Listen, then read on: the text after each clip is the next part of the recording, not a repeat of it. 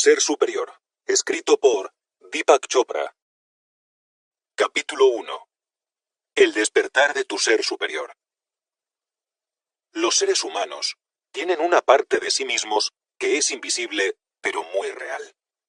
Este aspecto no es material, es un campo de inteligencia superior. Es una ventana a un campo más universal de posibilidades infinitas.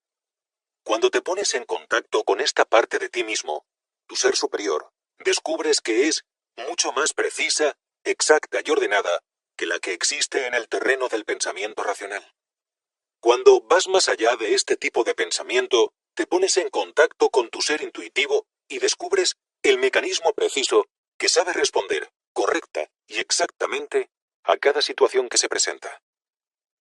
La capacidad de acción espontánea y acertada, la de vivir la vida concentrándote solo en el presente, y la de manifestar y realizar todos tus deseos, todo está más allá del campo del pensamiento. En ese campo del ser puro, cualquier pensamiento, cualquier impulso o intención provoca la transformación y hace que tus sueños se vuelvan realidad. Existe un lugar dentro de ti que está en completa armonía con el cosmos, con ese campo del ser puro. En este mundo no eres un habitante pasivo, ni es accidental que generes pensamientos, sentimientos y acciones. Eres un ser poderoso y mágico, un hijo privilegiado de la naturaleza. El mundo de la dicha infinita y de la libertad ilimitada está dentro de ti. Eres tú mismo, es tu ser superior. Cuando entras en contacto con tu ser superior, te realizas a cada momento. Te armonizas fácilmente con las fuerzas de la creación material. La naturaleza te apoya para que todos tus deseos se realicen. Eres completamente libre de toda ansiedad y preocupación. Tu ser superior se regocija siempre en sí mismo. Es el origen, el curso y la meta de toda satisfacción.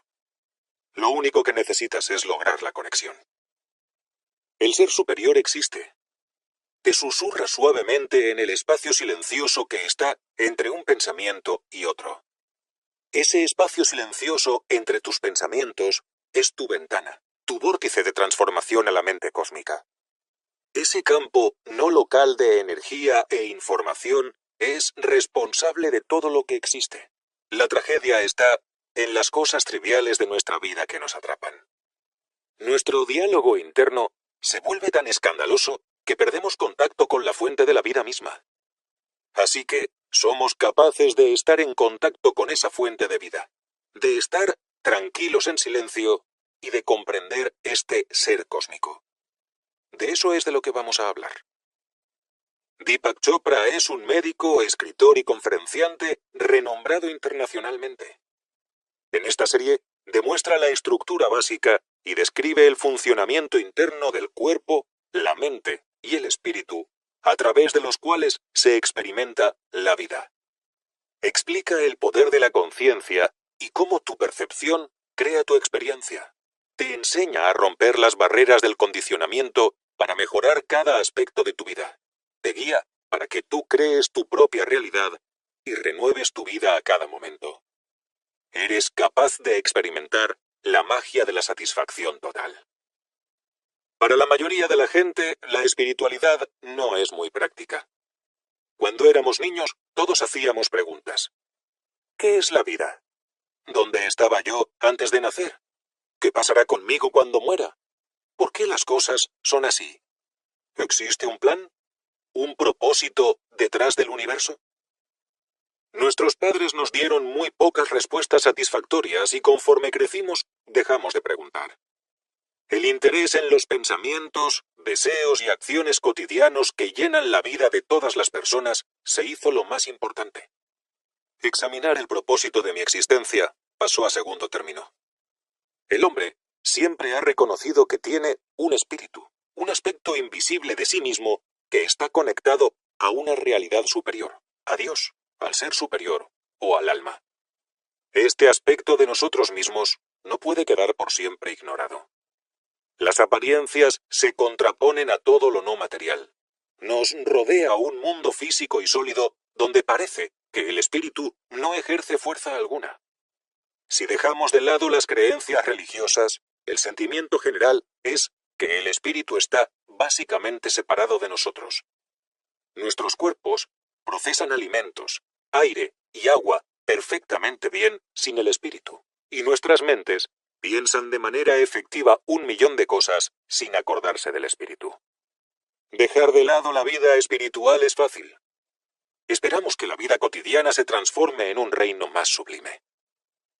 La espiritualidad es un asunto práctico. Para hablar de ella, necesitamos atravesar el velo de las apariencias físicas, ir más allá del sistema de creencias que nos ata a la materia como lo real y a lo no material como lo irreal. Las cosas que podemos ver, sentir, oír, gustar y oler son en las que creemos. Todas nuestras ideas de quiénes somos se basan en lo que percibimos.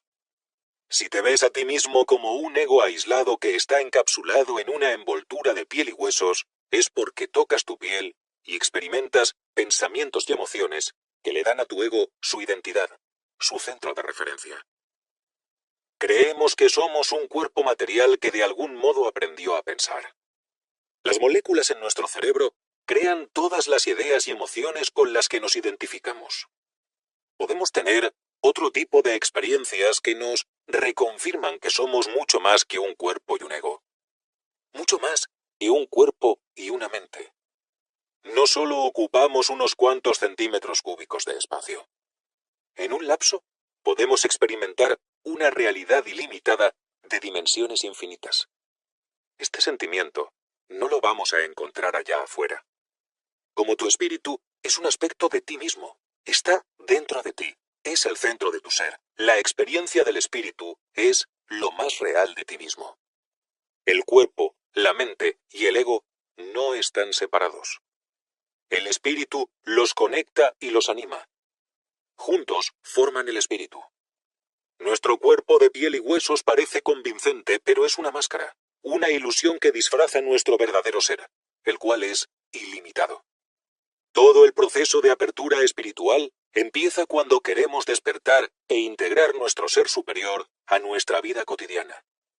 La posibilidad de que por ti mismo puedas descubrir tu ser infinito en vez de finito, poderoso en vez de débil, conectado con el cosmos en vez de aislado, es muy tentador. Aceptamos básicamente el tiempo, espacio y materia, y son nuestros límites acostumbrados. La materia es un buen punto de partida. El cuerpo y el mundo parecen ser totalmente sólidos. Se pueden ver y tocar, pero desde Einstein, la física moderna asegura que esta solidez es una ilusión. Después de todo, el cuerpo está hecho de átomos.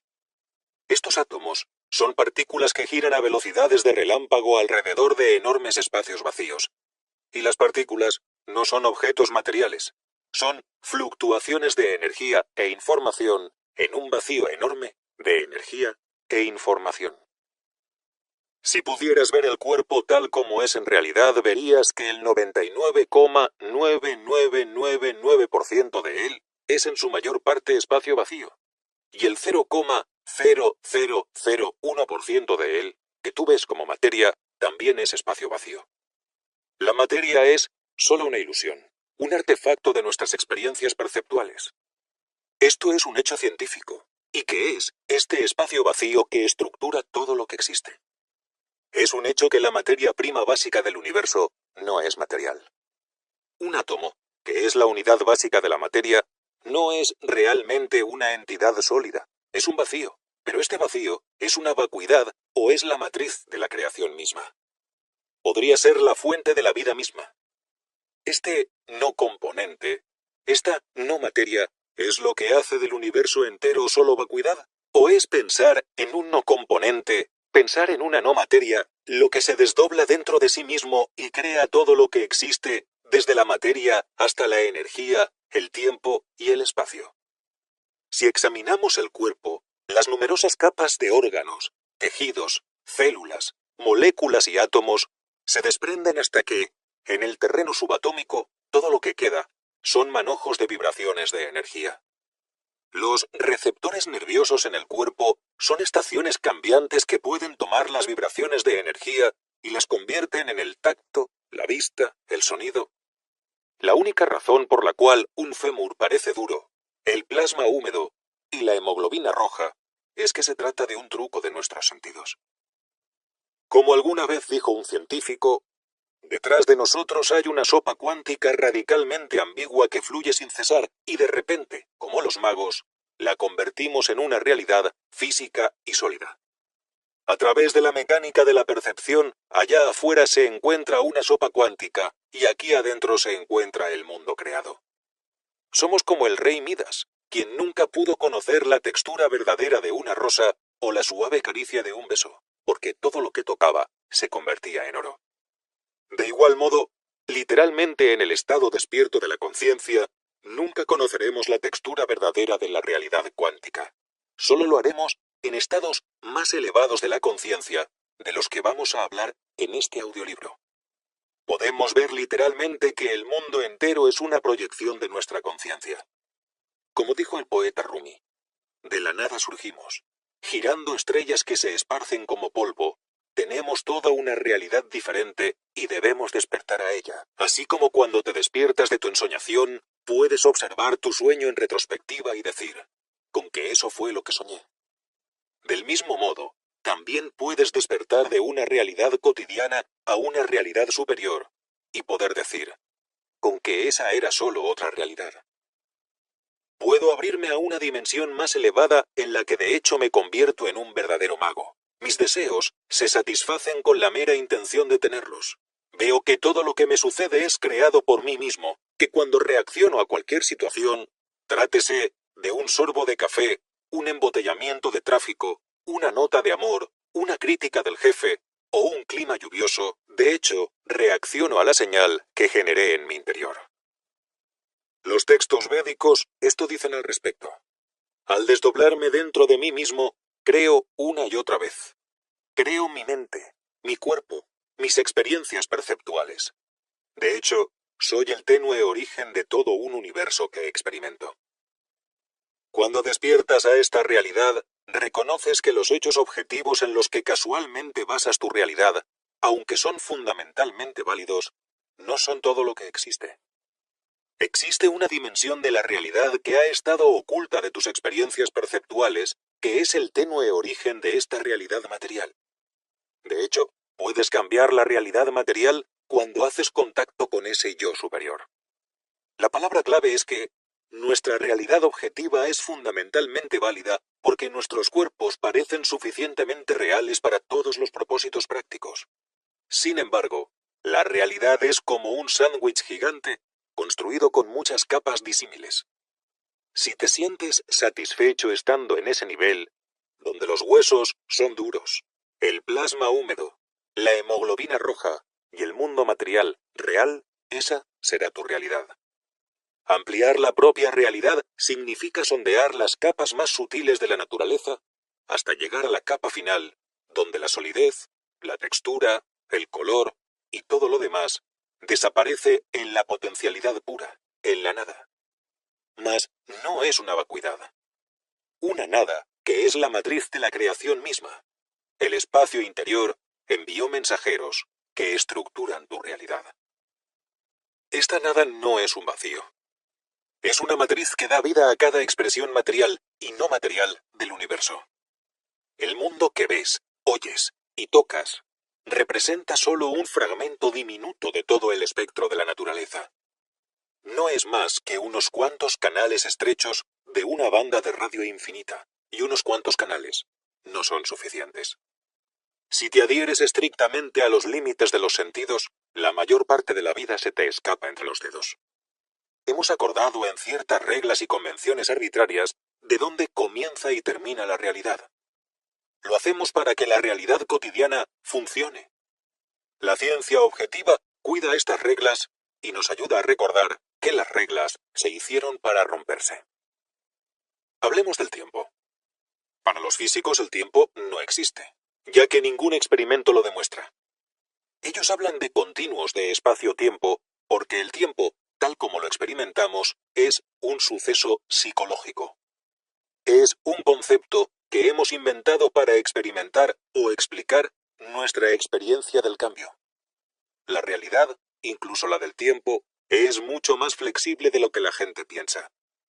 Heredamos de nuestros padres, de las tradiciones culturales, la sociedad y la hipnosis del condicionamiento social, creencias que nos programan y nos limitan, que se pasan de generación en generación. Nos negamos a revisar la realidad. Nada tiene que ser aceptado solo porque lo heredamos. Una vez, un maestro sabio de la India le dijo a su discípulo: «Te has encerrado en una prisión de espacio, tiempo y causalidad comprimido en el volumen de un cuerpo y en el lapso de una vida. De hecho, no tienes límites y eres infinito. Este mundo que ves es tu propia creación. Es un artefacto de tu propia percepción. Cuando conozcas realmente tu dimensión espiritual, te darás cuenta de que no estás en el cuerpo. El cuerpo está en ti. No estás en la mente. La mente está en ti. Ni siquiera estás en el mundo. El mundo está en ti. El cuerpo, la mente y el mundo te ocurren porque son interesantes. Todo lo creas dentro de tu propio ser. La materia y el tiempo son una ilusión. El reloj da la hora. Existe un acuerdo colectivo de que el tiempo tiene ciertas características inalterables. Avanza, es uniforme en todas partes y no espera a nadie. Este acuerdo no es rígido. En ciertos momentos, el tiempo es inexplicablemente flexible. Hay una extraña y conmovedora historia de un desastre en una mina de carbón en Alemania. Un grupo de mineros quedó atrapado después de un derrumbe. Sabían que el aire del pozo de la mina solamente duraría unas cuantas horas. Solo uno de los mineros tenía reloj y les daba la hora mientras el grupo esperaba ansiosamente el rescate. Para que sus compañeros mantuvieran la esperanza, este hombre les mentía diciéndoles que había pasado solo una hora cuando realmente habían transcurrido 2. 6 días después, un equipo de rescate encontró con asombro a todos los hombres vivos, con excepción del que tenía el reloj. El hombre del reloj engañó a los otros para que rompieran con su concepto del tiempo real, pero no se pudo engañar a sí mismo. Este ejemplo se limita al tiempo biológico, al reloj oculto que está en nuestras células. Para poder comprender el tiempo, debemos analizar los sueños. En tus sueños, el tiempo carece de lógica o secuencia fija. Va hacia adelante o hacia atrás, se acelera o disminuye su velocidad, se detiene o desaparece. Cuando despertamos, el tiempo vuelve a adoptar su paso progresivo, pero eso nos dice muy poco acerca de su verdadera naturaleza. Si leen Breve Historia del Tiempo, de Stephen Hawking, en la introducción de Carl Sagan encontrarán la siguiente afirmación. Stephen Hawking comenzó a entender la mente de Dios. Llegó a la conclusión de que vivimos en un universo que no tiene principio en el tiempo, no tiene final en el tiempo y no tiene límites exteriores en el espacio. Si haces un esfuerzo y tratas de conceptualizar y visualizar esto, vas a descubrir que te es imposible. La mente no está preparada para captar esta realidad. El tiempo se crea en el cerebro, el cual procesa el paso del tiempo, tanto en vigilia como en sueño. Ambos son productos de nosotros mismos. Lo mismo que vemos en un lapso de un día, lo podemos soñar en 2 minutos. La física cuántica es más extraña de lo que podemos pensar. Nuestro mapa de la realidad, que se basa en la existencia material, requiere de la racionalidad del pensamiento estructurado, lógica y de modo verbal, porque de esta forma se justifica cuando el mapa de la realidad cambia. Entonces también cambia el territorio. La verdadera naturaleza de la realidad es infinitamente ilimitada y eterna. Es el proceso de pensamiento que toma esa naturaleza infinita e ilimitada del universo y la fragmenta en límites conceptuales. Se le llama racionalidad y no hay peor destino que estar atrapado por ella, pues no te permite ponerte en contacto con tu ser superior. Como el tiempo en sí es una percepción personal que está expuesta a cambios como contemplación, fantasía o cualquier otro pensamiento pasajero, somos capaces de cambiarlo. Todos tenemos habilidad para manejar el tiempo de acuerdo con nuestros caprichos. En la sala de espera del dentista, mi desdicha hace que el tiempo se arrastre lentamente. Si hago algo que disfruto mucho, el tiempo vuela. La diferencia entre el tiempo lento, el tiempo que se arrastra lentamente, y el tiempo raudo y fugaz, reside en mí, en mi percepción de la situación. Tengo control personal sobre cómo siento el tiempo, sobre cómo lo experimento. Pues, finalmente, el tiempo se concibe en la conciencia, se procesa en el cerebro y se metaboliza en el cuerpo. Tomo esa experiencia del tiempo que no es material y la convierto en un reloj biológico. La manera como experimento el tiempo determina muchas cosas. El proceso de envejecimiento, la entropía y los trastornos, así como si estoy sano o no. Todo esto se basa en percepciones personales del tiempo. El flujo del tiempo lineal es un suceso puramente psicológico. La mayoría de la gente tiene una conciencia limitada del tiempo.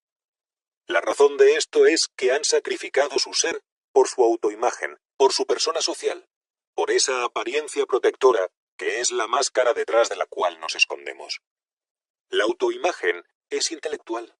Calcula y determina sus comportamientos anticipando las respuestas de otras personas. Por consiguiente, la autoimagen es una conciencia basada en el temor y se limita por el tiempo. Por otra parte, el ser siente con el corazón. El ser tiene la respuesta adecuada para cada situación. La conciencia del ser se concentra solo en el presente. El ser no calcula, siente y va con el sentimiento. Da una respuesta correcta a cada situación que se presenta. La vida se concentra absolutamente en el presente. Hay muchas formas de regresar a nuestro ser, el ser superior.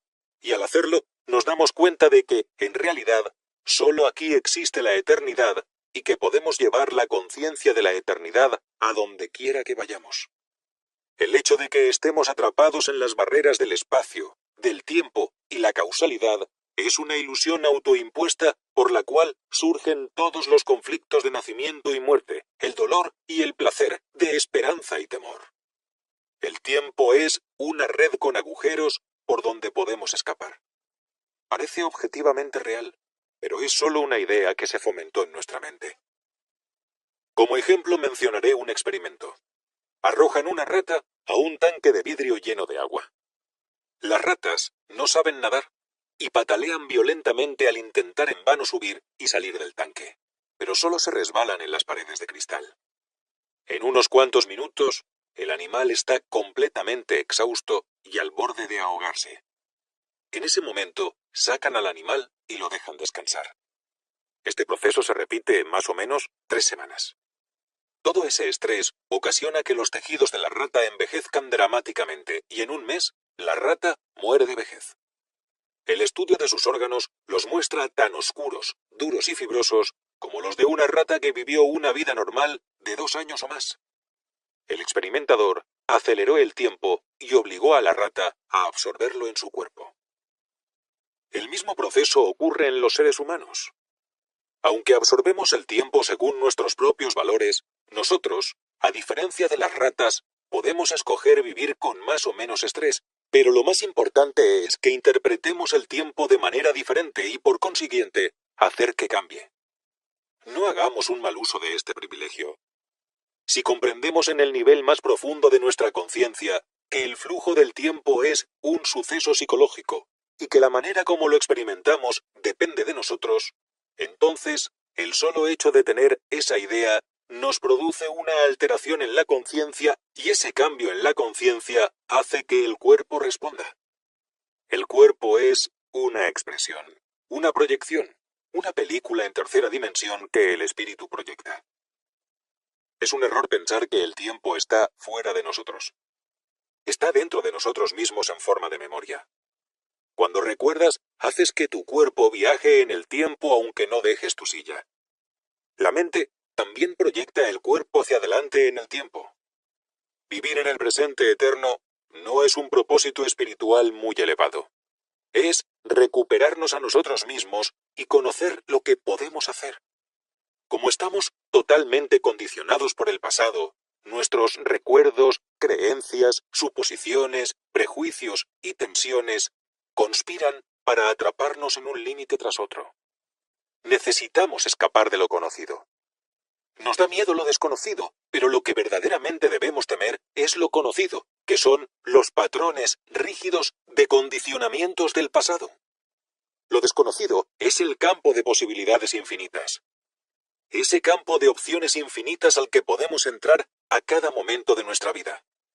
Cuando vamos más allá del engaño de nuestras memorias pasadas, de nuestro condicionamiento, entonces vemos con otros ojos llenos de inocencia como los de un niño a través de los ojos de Dios. Este proceso se da cuando vas más allá del pensamiento, cuando te introduces en el espacio que existe entre un pensamiento y otro, porque no soy mis pensamientos. Soy el pensador que tiene esos pensamientos, y esa parte de mí permanece y no cambia. Es la esencia infinita de cada experiencia. Lo único que no cambia es el que experimenta.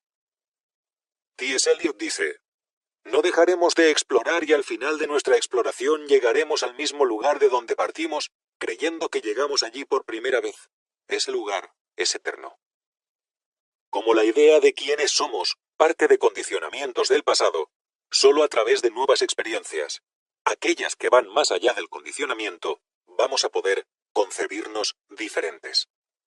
La experiencia de trascender significa ir más allá. Al trascender al núcleo de uno mismo, que es lo que da origen a la mente, al cuerpo, a los sentidos y a las emociones, experimentamos el ser que no está atrapado por barreras. Este ser que se esconde en el espacio vacío que está entre un pensamiento y otro. Este ser que está conectado con el ser cósmico. Este ser que computa espontáneamente todo lo que no sucede porque está conectado con la computadora cósmica, con el que, a través del proceso de la meditación, podemos establecer contacto.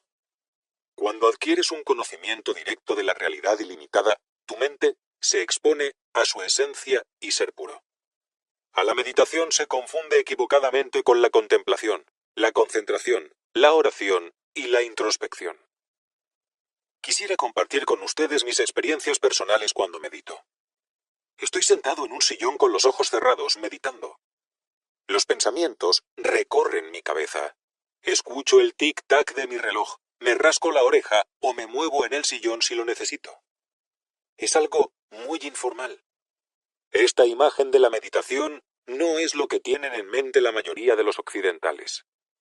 La mayoría de la gente piensa que para experimentar la meditación uno debe ser austero y disciplinado.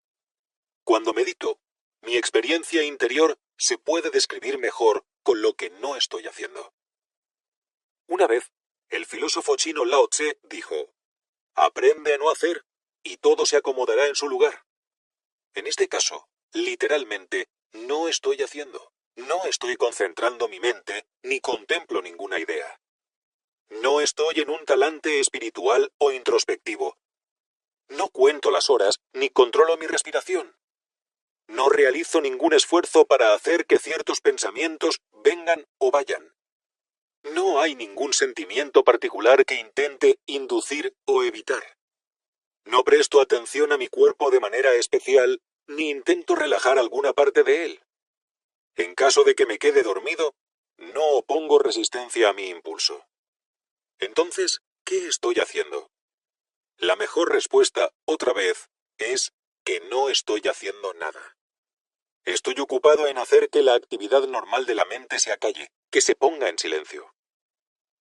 Un texto védico dice: la verdad más pura solo se expresa en el silencio total. Estoy sobrepasando el ruido de los pensamientos y sentimientos para que se revele y pueda conocer a ese testigo silencioso que habita dentro de mí. Esto es trascender. No hacer suena como no hacer nada, pero hay una diferencia muy sutil.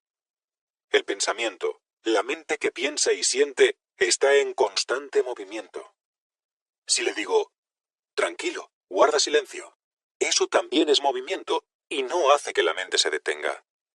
Ningún pensamiento puede detener la mente. Podemos intentar estar nada más sentados y esperar a que la mente se detenga por su propia voluntad.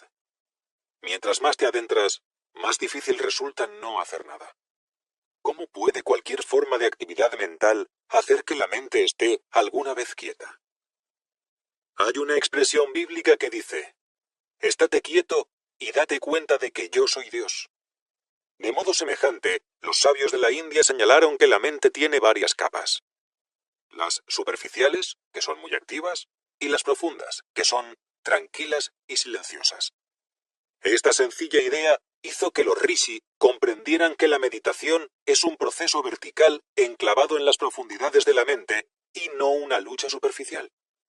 Nuestra atención debe penetrar la actividad caótica, pasar por todas las capas del pensamiento sutil y, por último, emerger en el silencio. Este es un proceso básico de la trascendencia.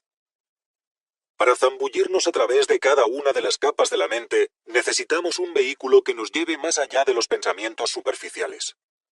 En la práctica de la meditación, que realizo desde hace varios años, y que recomiendo a mis pacientes, este vehículo se llama mantra. Mantra es un sonido mental que no tiene significado verbal y que proviene del sánscrito. Sirve para llevar gradualmente la atención de una persona a niveles de la mente cada vez más tranquilos. La mente repite el mantra, y entonces éste se va desvaneciendo, al igual que los pensamientos, para que la mente se valga por sí misma sin que se realice ningún tipo de actividad. La palabra mantra viene de la raíz man, que significa mente, y tra, que significa instrumento. Así que se trata de un instrumento de la mente. Un instrumento verbal. Un sonido para acallar la mente. Eso es todo. Un vehículo. Es como tomar un taxi para ir de un lugar determinado a otro. Cuando se llega, el taxi ya no es necesario. Es mejor aprender a meditar con un maestro. Utilizar el mantra es tan fácil como la actividad mental normal. Inicia como un pensamiento normal, pero tiene la habilidad de desvanecerse en grados cada vez más tenues, sin perderse hasta que desaparece por completo y deja la mente en un silencio total. Otras formas de meditación emplean como vehículo algún tipo de sonido o imagen visual. Todas las técnicas son buenas. Hay algunos puntos que se deben considerar. ¿Encontró mi mente el silencio que yo estaba buscando? ¿Estuve psicológicamente a gusto durante la meditación y después de ella? ¿He cambiado mi manera de ser con la meditación? ¿Existo más en la verdad? Cada persona tiene que decidir por sí misma estos asuntos cruciales. Son fundamentales para lo que llamamos espiritualidad práctica. Las experiencias espirituales aisladas tienen muy poco valor, a menos que nuestra vida entera sea más rica, completa y significativa. Maharishi Mahesh Yogi, fundador de la meditación trascendental, dice que solo hay una experiencia espiritual que es el contacto con el ser superior. Con el ser, nuestro ser superior. Es la forma más pura de nuestra propia conciencia. Es la conciencia despojada de todo condicionamiento pasado. Es el reino que va más allá del tiempo y el espacio donde realmente vivimos. Esta conciencia pura crea, gobierna, controla y en un momento dado se convierte en el universo entero. La apertura espiritual es un proceso de crecimiento que te permite ver más y más del mundo en ti mismo. Al estar más consciente de ti mismo, te vuelves propietario de la realidad. Si eres más real, te conviertes en el maestro de tu vida interior y exterior. Parece que es una meta muy elevada, pero el proceso de desarrollo espiritual es algo cotidiano. Se parece al proceso de crecer, solo que el desarrollo espiritual nunca termina. Más adelante nos iremos compenetrando con los detalles de este camino y veremos que lo infinito no es una meta lejana. Nuestro ser superior es lo más íntimo que podemos llegar a conocer. La eternidad es el hogar más acogedor que podemos encontrar. Capítulo 2. El mundo es tal como tú eres. Tu ser verdadero no es ni tu cuerpo, ni tu mente, ni tu ego, ni tus experiencias, ni tampoco todas estas cosas juntas. Entonces, ¿cuál es tu verdadero ser? Descubrirlo es un gran reto, pues estamos profundamente convencidos de que nuestro verdadero ser es el despliegue pasajero de emociones, pensamientos, impulsos, deseos y sensaciones corporales. Pero si estos ingredientes cambian millones de veces al día en nuestra vida, ¿no hay algo que permanezca igual? Tengas la edad que tengas ahora, ¿no sientes que eres el mismo que cuando tenías 3, 12 o 20 años? Esa parte inalterable de nosotros mismos es como una pantalla en la que se proyecta la película de la vida. No importa cuán vívidas o violentas sean las imágenes que pasan en esa pantalla de cine. La pantalla misma no se involucra. Del mismo modo, el sentido de tu ser se encuentra en esencia separado de todos los cambios que ocurren en tu vida. Hay una gran diferencia entre tu ser interior y la pantalla de un cine.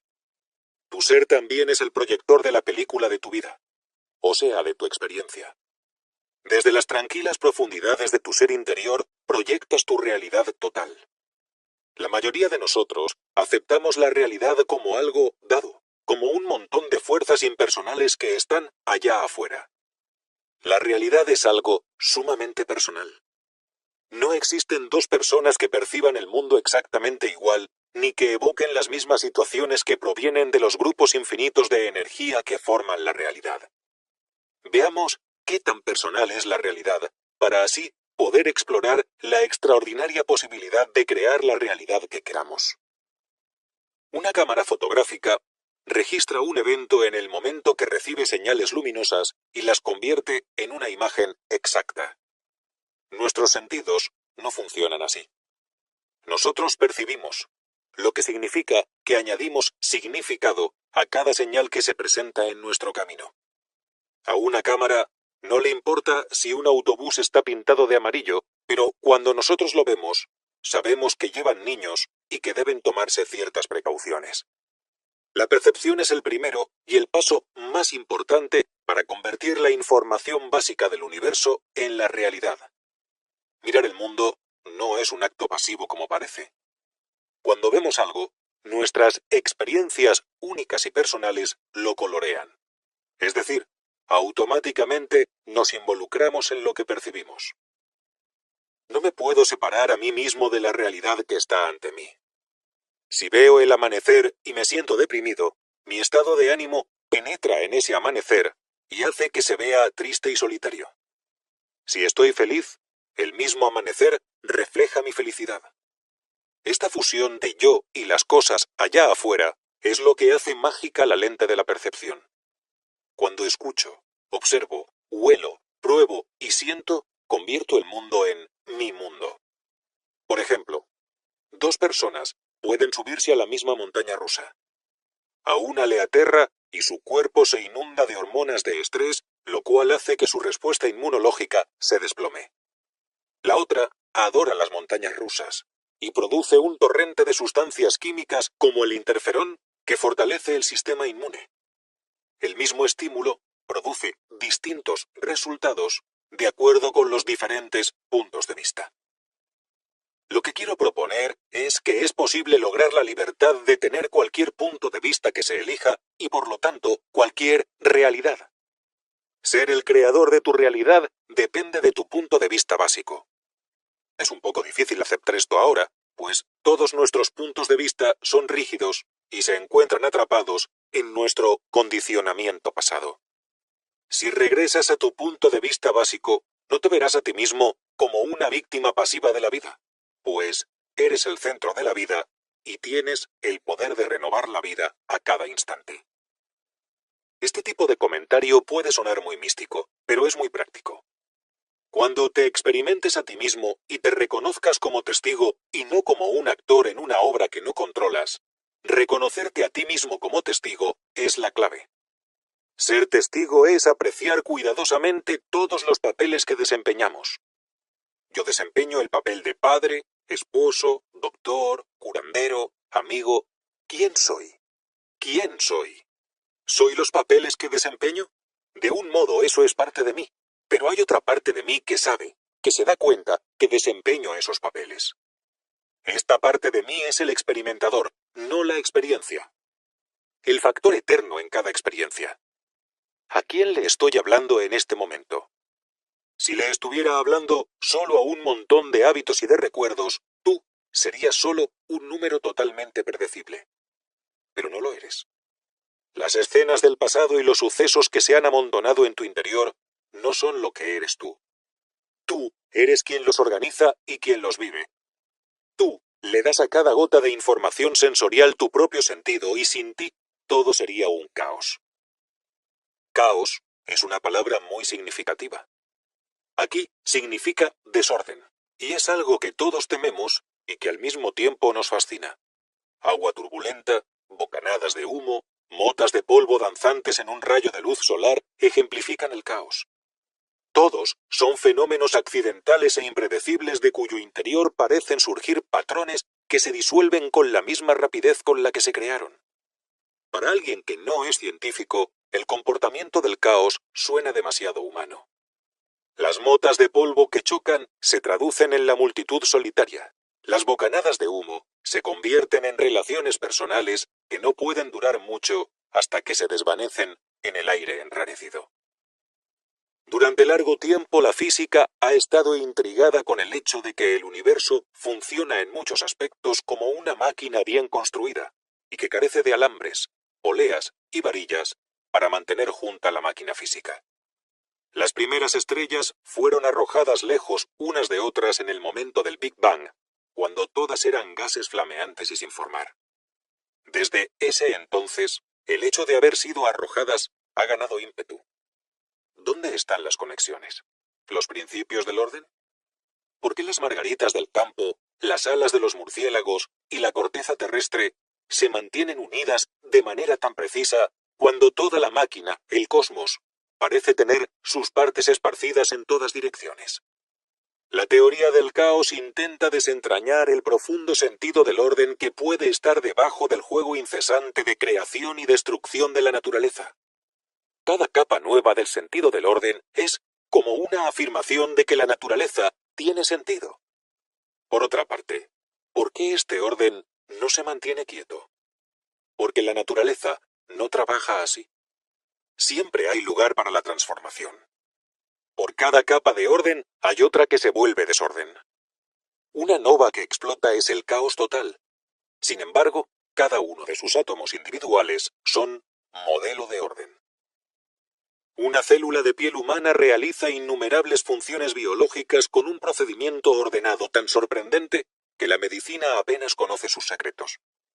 Pero después de 3 semanas, cuando la célula de la piel muere, se desintegra en el caos como si nunca hubiera estado viva. La teoría del caos es lo que explica la mecánica de la creación de nuestro universo. Bajo ese desorden aparente hay un orden. Imagínate la estación central de trenes a las 5 de la tarde. Superficialmente todo parece desordenado. La gente corre por todos lados de aquí para allá. Para el observador es un caos completo y, sin embargo, cada persona va a un punto exacto, a un destino preciso. Si se anunciara el cambio de vía de un tren, inmediatamente se vería más caos.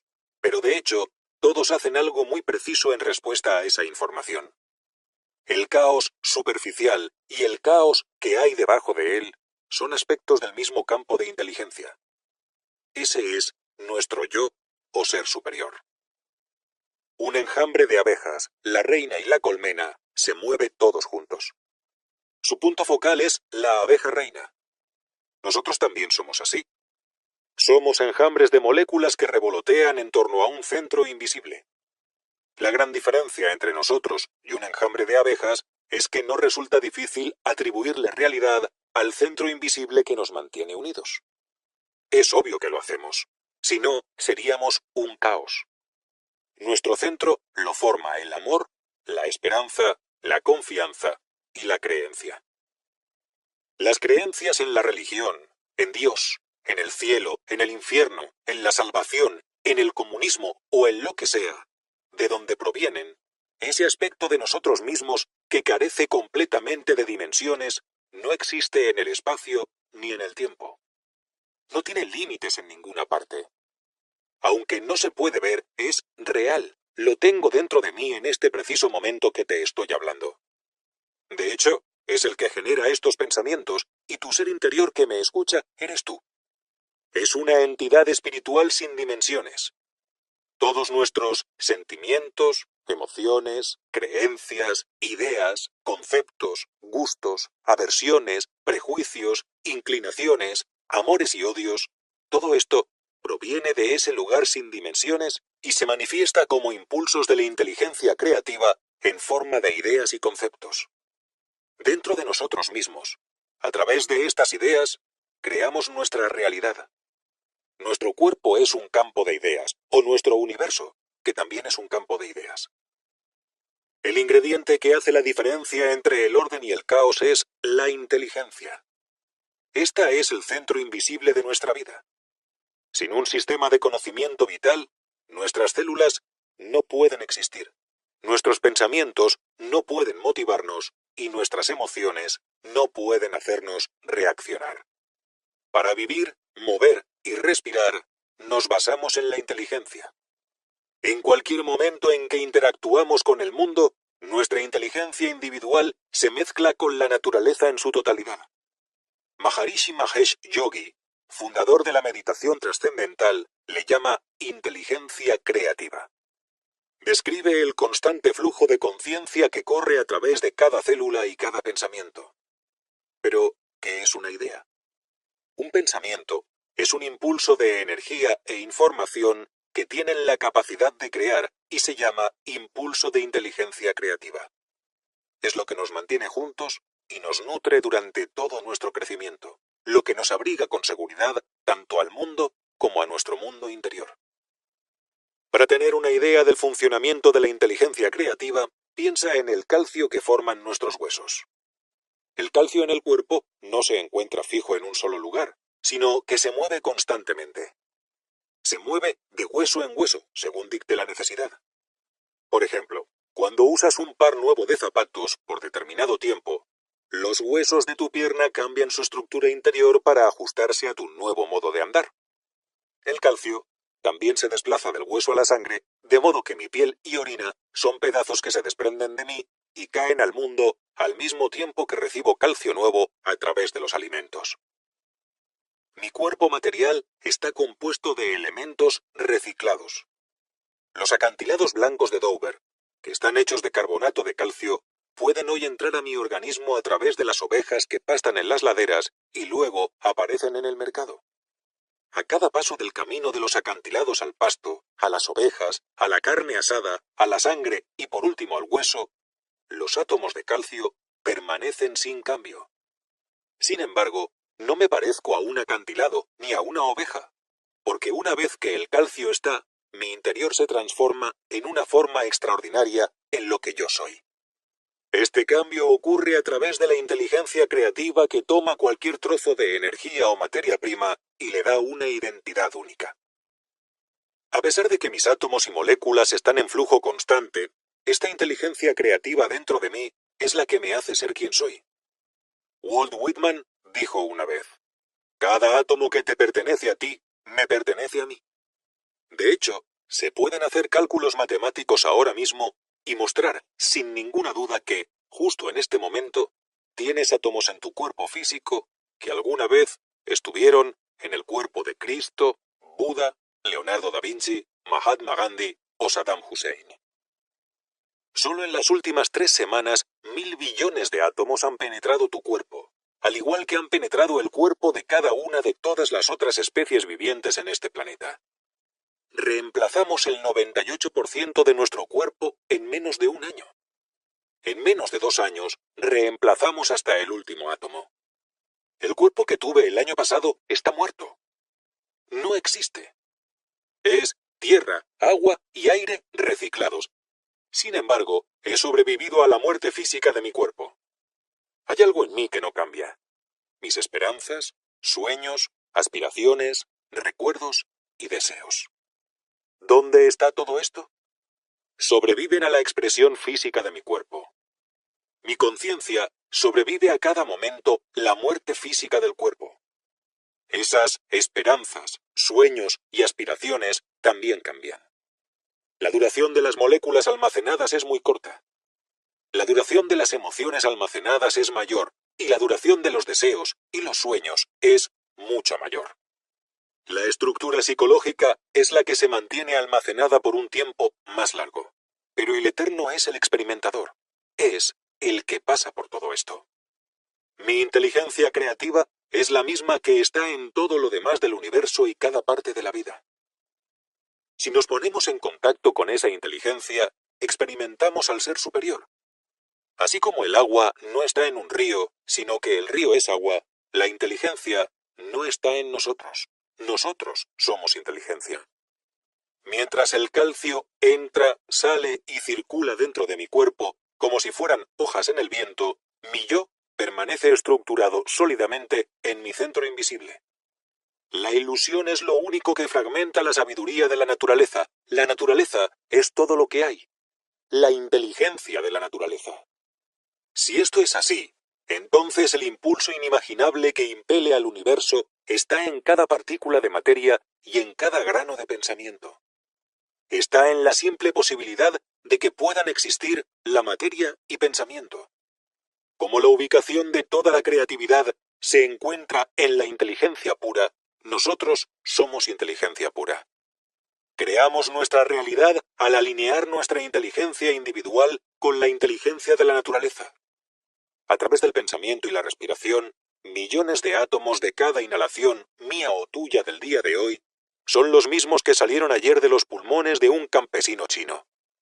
Su respiración tarda solo 24 horas en viajar la mitad del mundo y en mezclarse en mi atmósfera local. Mi identidad se basa en mi conciencia más profunda y cuando la materia prima entra en mí, la sello con mi influencia personal. Si tengo miedo, el calcio de mis huesos lo percibe. Cuando muera, liberaré mi calcio antes de que otra mente lo atrape de nuevo, y es así como la mente local, el yo individual, la mente universal y el ser superior cooperan constantemente.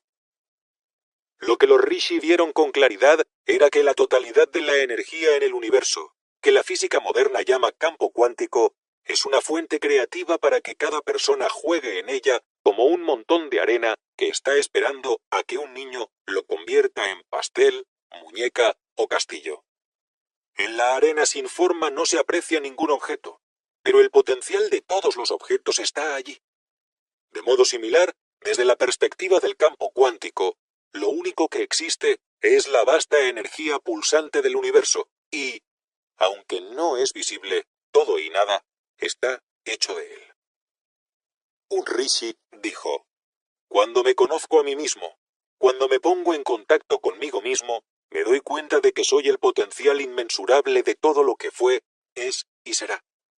Entonces, mis deseos son como semillas en la tierra. Esperan la estación apropiada para, espontáneamente, florecer como bellas flores o árboles vigorosos o como jardines majestuosos. Así es como creas tu propia realidad. Partes del campo cuántico de potencialidad pura y posibilidades infinitas que coexisten. En este momento, y a partir del mismo campo cuántico, estamos creando nuestros cuerpos, nuestras mentes y todas las experiencias físicas en nuestro mundo.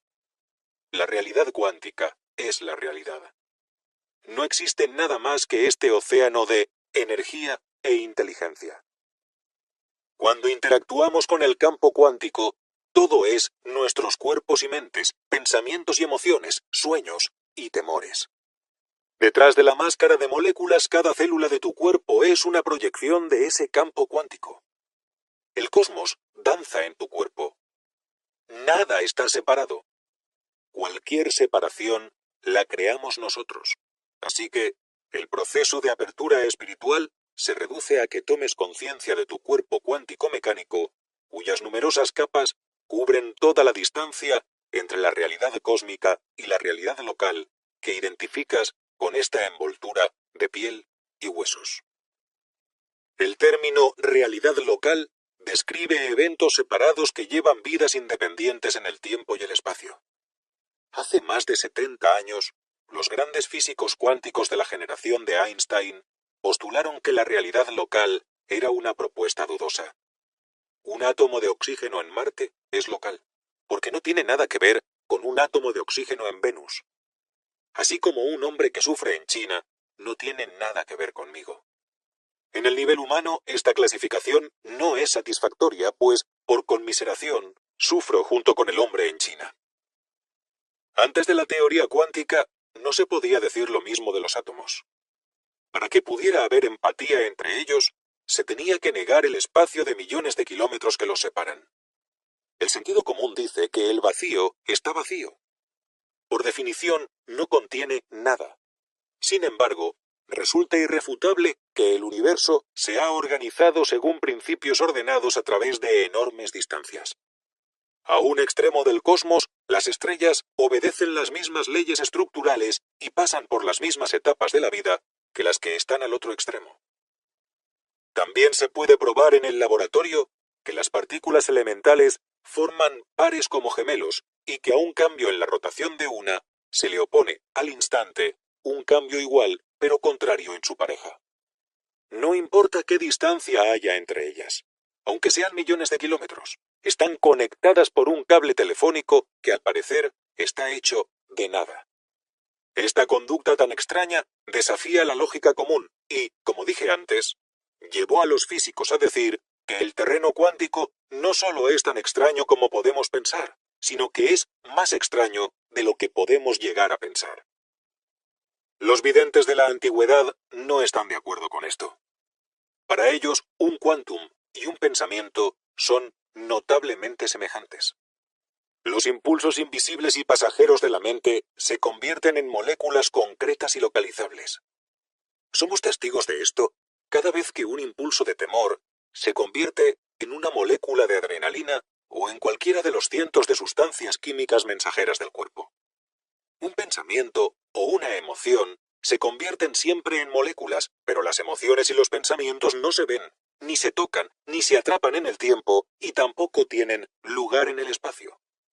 Por otro lado, las moléculas sí se pueden ver, almacenar y manipular en forma objetiva.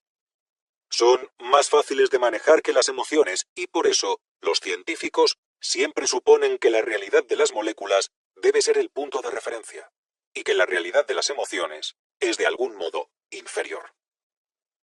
En el mundo cuántico esto cambia. Un suceso cuántico es invisible, fugaz e impredecible, igual que los pensamientos.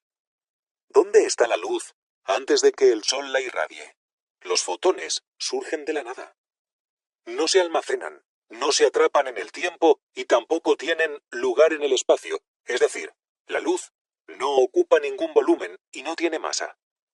Un pensamiento y un fotón nacen en una región más allá del espacio y del tiempo, allá donde la naturaleza controla todos los procesos. Ese vacío está lleno de inteligencia creativa. Todos los seres humanos tomamos decisiones y no tenemos la capacidad de encontrar al que decide.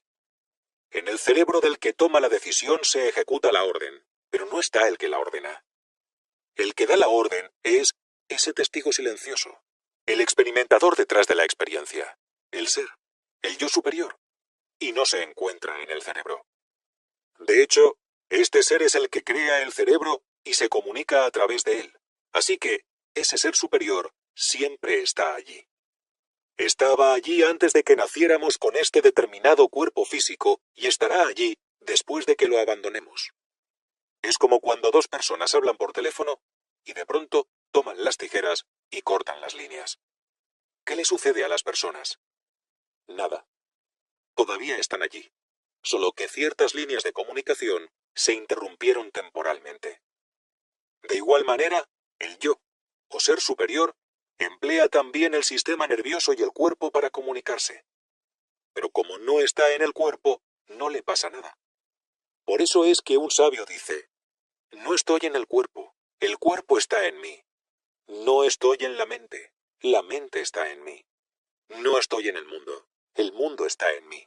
Y me intereso en cosas triviales porque perdí contacto con eso. Bueno, entre paréntesis quiero decirles que se puede hacer cirugía del cerebro mientras un paciente está consciente, porque el cerebro es uno de sus órganos que, aunque siente dolor del resto del cuerpo, él en sí mismo no experimenta dolor. El doctor Penfield realizó un experimento con un paciente. Estimuló con una sonda eléctrica parte del cerebro llamada corteza sensorial. La corteza sensorial es donde se almacenan las imágenes y las experiencias pasadas. La paciente decía, me siento de 6 años. Estoy en ese día de campo con toda mi familia. Mi madre lleva puesto un vestido azul, Chanel número 5. Mi tía trajo un pastel de chocolate. Está lleno de margaritas. Lo estamos pasando muy bien y el colorido es hermoso. El doctor Penfield le preguntó, ¿en realidad está usted allí? Y ella contestó, no, En realidad estoy en la sala de operaciones, solo que estoy percibiendo esto a través de mis sentidos. A pesar del hecho de que a un nivel sensorial el paciente percibe y experimenta algo, hay una parte en su interior que sabe que no está allá, sino aquí. Ese es el testigo silencioso. El yo superior. No se puede encontrar. No se localiza en el cerebro, ya que está en todas partes y en ninguna al mismo tiempo. Parece que es una contradicción. Así es la realidad cuántica. Tu ser verdadero no tiene dimensiones y, sin embargo, crea todo en el terreno de las dimensiones. Así es como tomamos la energía infinita del universo y a partir de ella creamos un hijo adoptivo. Ese hijo adoptivo es el universo material. Pese a su inmensidad y solidez, es solo una mera sombra de esa enorme realidad abstracta y rica, llena de inteligencia. La naturaleza emplea fuerzas poderosas cuando nace una estrella. Nosotros también acudimos al mismo campo cuántico cuando pensamos en una rosa. Pensar es una actividad cuántica. Nos permite expresar nuestra inteligencia en el mundo material y dar manifestación a un impulso invisible en acciones, palabras, objetos y sucesos.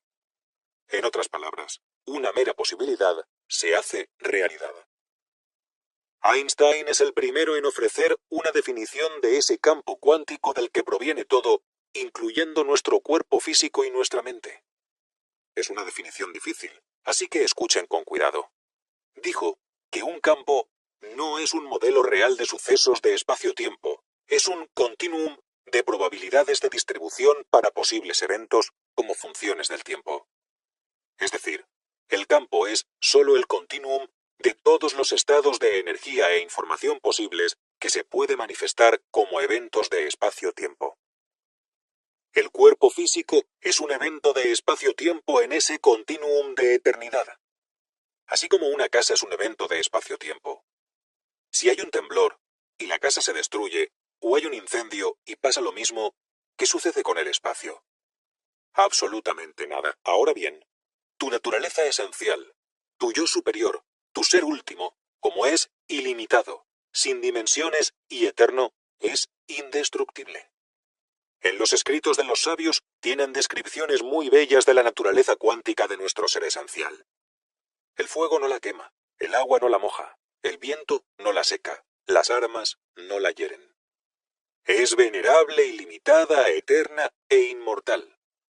Esa es la realidad del campo cuántico. Ese campo cuántico se expresa en forma material a través del ADN o la inteligencia. Tu cuerpo entero es solo una potencialidad que está codificada en una partícula de ADN. Al principio, esta potencialidad estaba confinada a un solo óvulo fecundado en la matriz de tu madre, pero cualquier limitación del ADN es solo una ilusión. La verdad es que el ADN es una envoltura que contiene inteligencia y tal inteligencia nunca puede confinarse en el tiempo y el espacio. Lo que resulta sorprendente respecto al ADN no es que controle miles de millones de procesos celulares por minuto. Lo que verdaderamente sorprende es que cada proceso se realiza por cosas simples. Una molécula de ADN se constituye de cosas bastante comunes como el hidrógeno, el carbono, el oxígeno y el nitrógeno, que son cosas pequeñas en sí mismas. Las moléculas que constituyen un terrón de azúcar, una gota de aceite, no constituyen un cuerpo humano. Entonces, ¿cómo es que las moléculas inertes y simples se transforman en el genio sorprendente y creativo del ADN?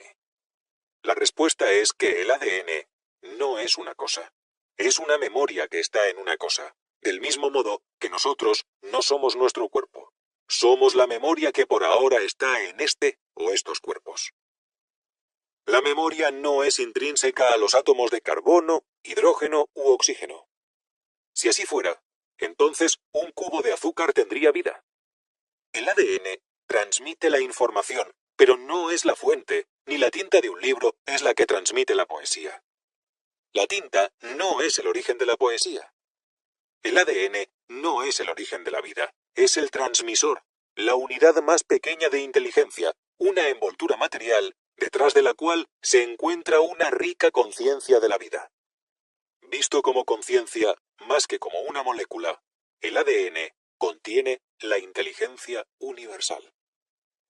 Justo aquí, en el núcleo de nuestras células, controlamos el espacio y el tiempo. ¿Se te ha ocurrido que tu ADN se puede mover hacia adelante y hacia atrás en el tiempo?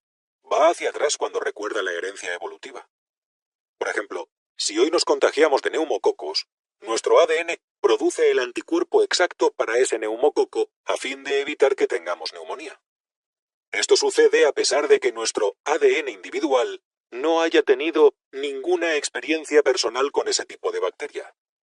Retrocede en el tiempo a cierta etapa evolutiva donde alguno de nuestros antecesores aprendió a fabricar ese preciso anticuerpo.